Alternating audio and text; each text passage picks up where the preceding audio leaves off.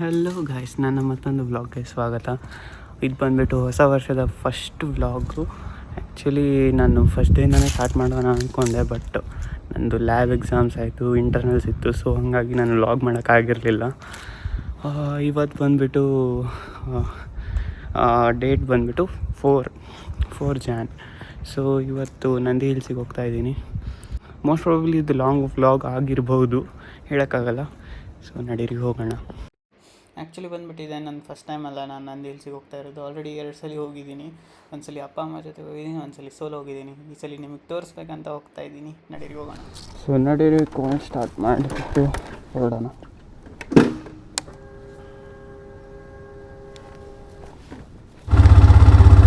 ನಿಜಾನಪ್ಪ, petrol full low ತೋರಿಸ್ತೈತೆ. ಆಗಿಸ್ಕೊಂಬೋಣ, risk ಬೇಡ.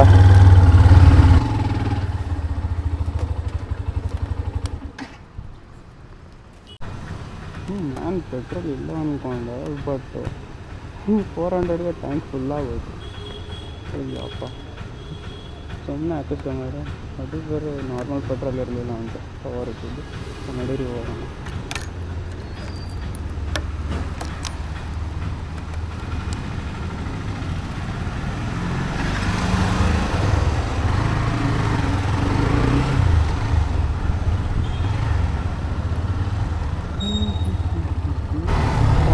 ಟ್ಯಾಂಕೇ full ಆಗೋಯ್ತು. ನೋಡ್ರಿ, ನಂದಿ ಹಿಲ್ಸಿಗೆ ಅಷ್ಟು ಬೇಡವೂ ಬೇಡ ಈ ಗಾಡೀಲಿ.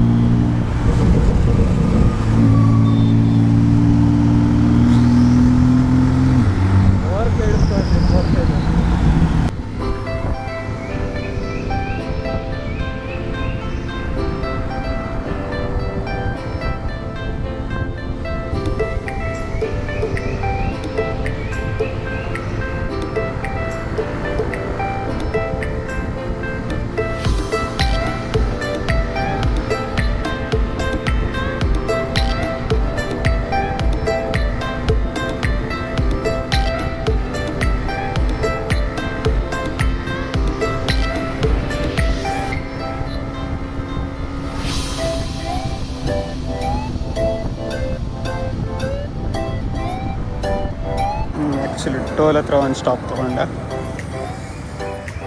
ಫುಲ್ ಬೈಕ್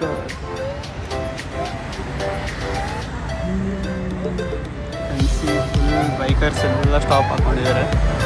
ಫುಲ್ ಚಳಿ, ಕೈಯೆಲ್ಲ ನಡುಕ್ತಿದೆ.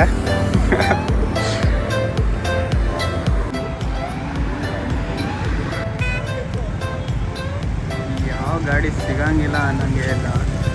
RXಯಿಂದ ಹಿಡ್ಕೊಂಡು ಆಲ್ಮೋಸ್ಟ್ ಇನ್ಲೈನ್ 4ವರೆಗೂ ಎಲ್ಲ ಗಾಡಿಗಳು ಇಲ್ಲಿ ನಿಂತಿದ್ದಾವೆ. ಇಲ್ಲಿ ನೋಡ್ಬೋದು ನೀವು. ಸೊ ಮೈ ಫೇವ್ರೇಟ್ GT650 ಕೂಡ ಇಲ್ಲೇ ಇದೆ. ನಮ್ಮ ಹತ್ರ ಇರೋ ಸದ್ಯಕ್ಕೆ ಇದೇ ನನಗೆ ಬಂಗಾರ ಇದ್ದಂಗೆ. ಎಲ್ಲ ಗಾಡಿಗಳನ್ನ ತೊಗೊಳೋ ಸಮಯ ಬರುತ್ತೆ. ಇದಂತೂ ಆ್ಯಕ್ಚುಲಿ ಎಲ್ರಿಗೂ ಫೇವ್ರೇಟು.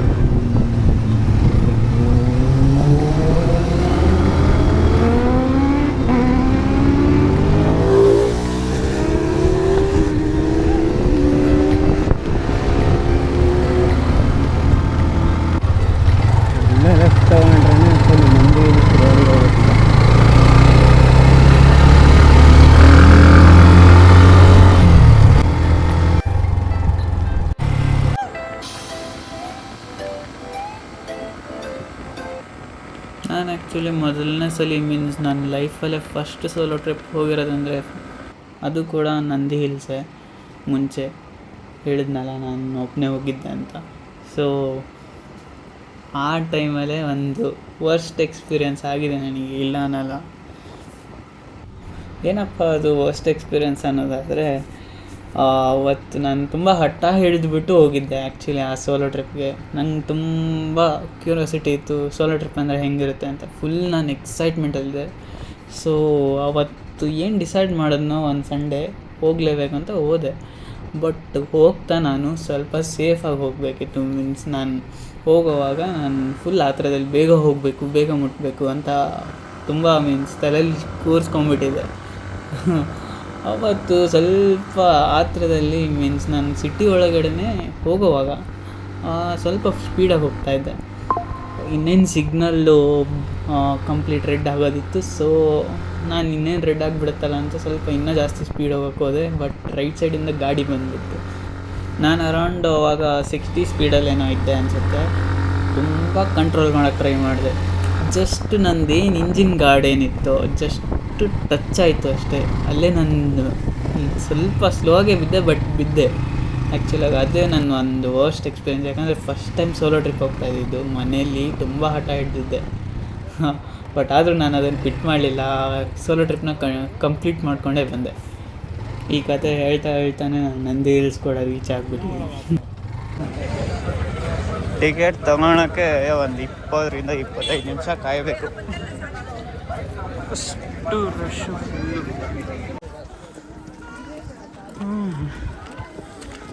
7:50 ಆಯಿತು. ಸನ್ರೈಸ್ ಕೂಡ ಆಗುತ್ತೆ. ಸ್ವಲ್ಪ ಬೇಗ ಬಿಡಬೇಕಿತ್ತು, ನಿಮಗೆ ಸನ್ರೈಸ್ ಕೂಡ ನೋಡೋಕ್ಕೆ ಸಿಗ್ತಿತ್ತು. ಬಟ್ ಆಲ್ರೆಡಿ ಈಗ ಸನ್ರೈಸ್ ಆಗಿಬಿಟ್ಟಿದೆ. ಸೊ ವ್ಯೂ ಪಾಯಿಂಟ್ನ ಎಂಜಾಯ್ ಮಾಡೋಕ್ಕೆ ಹೋಗೋಣ ಈಗ.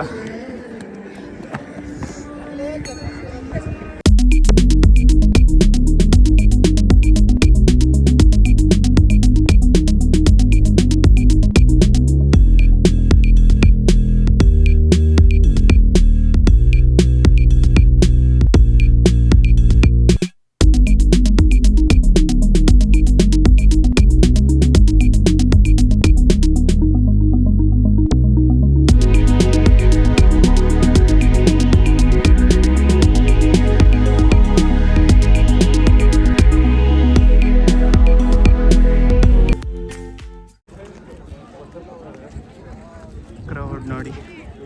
ಇದು ನಂದಿ ಹಿಲ್ಸ್ ಪ್ಯಾರಾಗ್ಲೈಡಿಂಗ್ ಅಂತ ಮುಂಚೆ ಇರಲಿಲ್ಲ, ಇತ್ತೀಚೆಗೆ ಮಾಡಿದ್ದಾರೆ ಅನಿಸುತ್ತೆ. ಹೊಸದಾಗಿ ಸ್ಟಾರ್ಟ್ ಆಗಿದೆ ಇದು.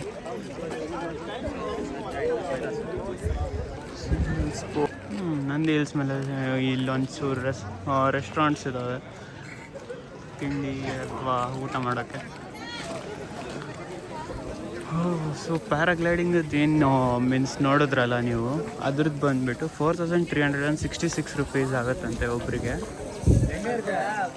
ಪ್ಲಸ್ 15 to 20 ಮಿನಿಟ್ಸ್ ಇರುತ್ತೆ. ಹಂಗೆ ಅವರೇ ವೀಡಿಯೋ ಮತ್ತು ಎಲ್ಲ ತೆಗೆದುಕೊಳ್ಳೋದಾದರೆ ಮತ್ತೆ 500 ರೂಪೀಸ್ ಎಕ್ಸ್ಟ್ರಾ ಆಗುತ್ತಂತೆ. ಸೊ ಇದೆಲ್ಲ ಡೀಟೇಲ್ಸ್ ನಾನು ತಿಳ್ಕೊಂಬಂದೆ. ಸದ್ಯಕ್ಕಂತೂ ಅಷ್ಟು ಬಜೆಟ್ ಇಲ್ಲ ಮಾಡೋಷ್ಟು. ನೆಕ್ಸ್ಟ್ ಟೈಮ್ ಬಂದಾಗ ವಿಲ್ ಟ್ರೈ. ನಮ್ಮ ಜನಕ್ಕೆ ಸೆನ್ಸ್ ಇಲ್ಲ ಅನ್ನೋದು ಇದ್ರ ಮೇಲೆ ಗೊತ್ತಾಗುತ್ತೆ. ಇಷ್ಟು ಚೆನ್ನಾಗಿರೋ ಜಾಗನ ಹಿಂಗೆ ಕಸ ಎಲ್ಲ ಎಸ್ಬಿಟ್ಟು ಹಾಳು ಮಾಡಿಬಿಟ್ಟು ಹೋಗ್ತಾರೆ.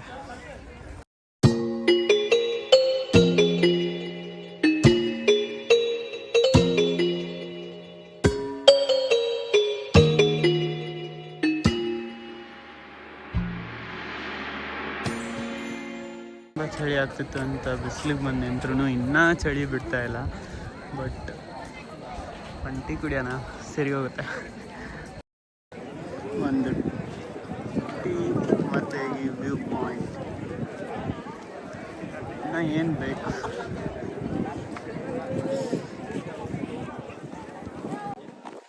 ಟೀ ಕುಡಿದಿದ್ದಾಯಿತು, ವ್ಯೂ ಪಾಯಿಂಟ್ ನೋಡಿದ್ದಾಯಿತು. ಈಗ ಏನು ಮಾಡೋಣ ಅಂತ ಗೊತ್ತಾಗ್ತಾ ಇಲ್ಲ. ಒಂದಿಷ್ಟು ಫೋಟೋಸ್ ತೆಗೆಸ್ಕೊಳ್ಳೋಣ ಅಂತ ಇದ್ದೀನಿ. ಸೋಲೋ ಟ್ರಾವೆಲರ್ದು ಇದೇ ಪ್ರಾಬ್ಲಮ್, ಎಲ್ಲನೂ ನಾವೇ ಮಾಡಬೇಕು. ಸೊ ಹಾಗಾಗಿ ಅದನ್ನು ಒಂದು ಸ್ಪಾಟ್ ಹುಡ್ಕೋಣ.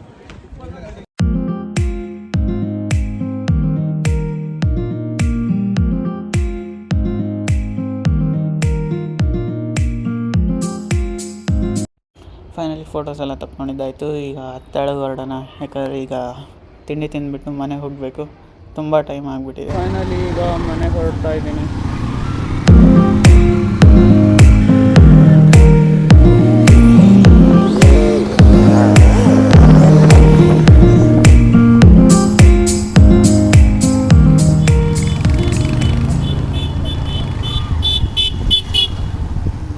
ಆಗಲೂ ಕೆಟ್ಟೋಗಿತ್ತು, ಇನ್ನೂ ಇಲ್ಲೇ ಇದೆ. ಆ್ಯಕ್ಚುಲಾಗಿ ಒಂದು ಲಾಂಗ್ ರೈಡ್ ಪ್ಲ್ಯಾನ್ ಮಾಡ್ತಾಯಿದ್ದೀನಿ ನಾನು, ಬಟ್ ಅದಕ್ಕೆ ಇನ್ನೂ ಪರ್ಮಿಷನ್ ಸಿಗುತ್ತೋ ಇಲ್ಲೋ ಡೌಟು. ಮನೇಲಿ ಸಿಕ್ಕರೆ ಮಾತ್ರ ಪಕ್ಕ ಹೇಳ್ತೀನಿ. ಇಲ್ಲ ಅಂದರೆ 3 to 4 days ತುಂಬ ಲಾಂಗ್ ಬ್ಲಾಗ್ಸ್ ಹಾಕ್ತೀನಿ ನಾನು. ಈಗೇನು ನೋಡಿದ್ರೆ ಲಾಂಗ್ ಬ್ಲಾಗ್ಸ್ ಹಾಕ್ತೀನಂತ ಎಕ್ಸಾಮ್ಸೇ ಸ್ಟಾರ್ಟ್ ಆಗೋಯ್ತು. ತಿಂಡಿ ತಿನ್ನೋಕ್ಕಂತ ಸ್ಟಾಪ್ ಹಾಕ್ಕೊಂಡೆ. ಬೆಂಗಳೂರಿಗೆ ಹೋಗೋ ರೂಟಲ್ಲೇ ಇದೆ ದೋಸೆ ಪಾಯಿಂಟ್ ಅಂತ. ಇಲ್ಲಿ ಮಾತ್ರ ಏನು ಕ್ರೇಜಿ ಸೆಕ್ಸಿ ಸೂಪರ್ ಬೈಕ್ಸ್ ಬಂದಿದೆ ಗೊತ್ತಾ, ಈ ರೀತಿ ತೋರಿಸ್ತೀನಿ.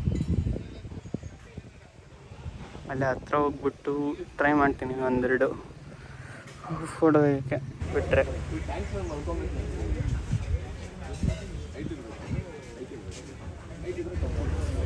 Complete Hayabusa gang.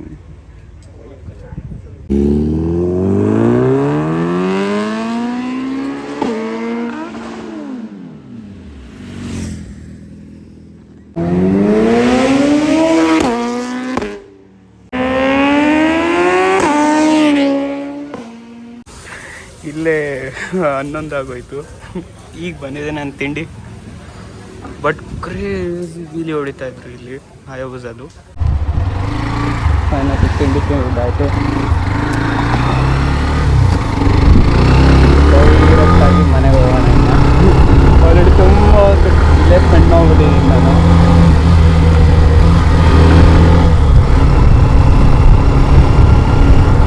ಫುಲ್ ಹಯಾಬುಸಲ್ಲಿ ವೀಲಿ ಎಲ್ಲ ಹೊಡ್ತಾಯಿತ್ತು. ಕ್ರೇಜಿ ಇತ್ತು ನೋಡೋಕ್ಕೆ, ಬಟ್ ಇದು ತುಂಬ ರಿಸ್ಕಿಯರು. ಆ್ಯಕ್ಚುಲಿ ಅದೆಲ್ಲ ನೋಡಿಬಿಟ್ರೆ ಜೀವ ಕೈ ಬಂದ್ಬಿಡುತ್ತೆ. ಆ ಥರ ಅದು ಕಣ್ಣಿಂದ ನೋಡುವಾಗ ಇರೋದು ಆ್ಯಕ್ಚುಲಾಗಿ. ಆ ಸೌಂಡು ಮಾಡ್ಕೊಂಡು ಹೊಡೆಯುತ್ತೆ. ಬಟ್ ತುಂಬ ರಿಸ್ಕಿ.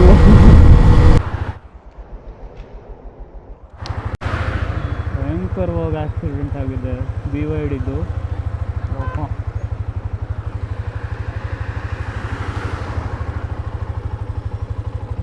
ಹೆಂಗಾಗಿದೆ ಗೊತ್ತಿಲ್ಲ, ಬಟ್ ಫುಲ್ ಮುಂದ್ಗಡೆದೆಲ್ಲ ಉಜ್ಜೋಗಿದೆ.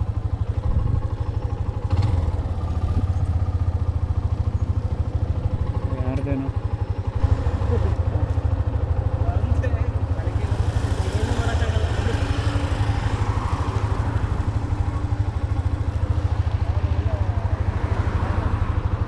ಅಲ್ಲಿ ಯಾವುದೋ ಸ್ಕೂಟಿಗೆ ಗುದ್ದಿರೋದು, ಅದಂತೂ ಫುಲ್ಲು ಏನು ಉಳಿದೇ ಇಲ್ಲ ಆ ಸ್ಕೂಟಿಲಿ.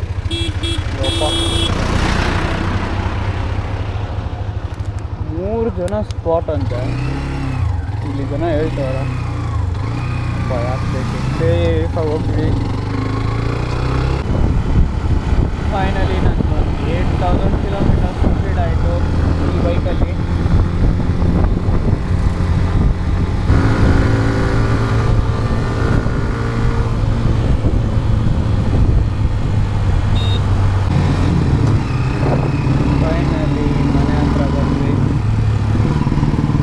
ಫೈನಲಿ 12 ಗಂಟೆಗೆ ಬಂದು ನಾನು ಮನೆ ರೀಚ್ ಆದೆ. ಸೊ ಈ ವ್ಲಾಗ್ನ ಇಲ್ಲಿಗೆ ಎಂಡ್ ಮಾಡೋ ಸಮಯ. ನಾನು ನಿಮಗೆ ಸಿಗ್ತೀನಿ ನನ್ನ ಮುಂದಿನ ವ್ಲಾಗಲ್ಲಿ. ಸೊ ಅಲ್ಲಿವರೆಗೂ ಟೇಕ್ ಕೇರ್, ಬಾಯ್.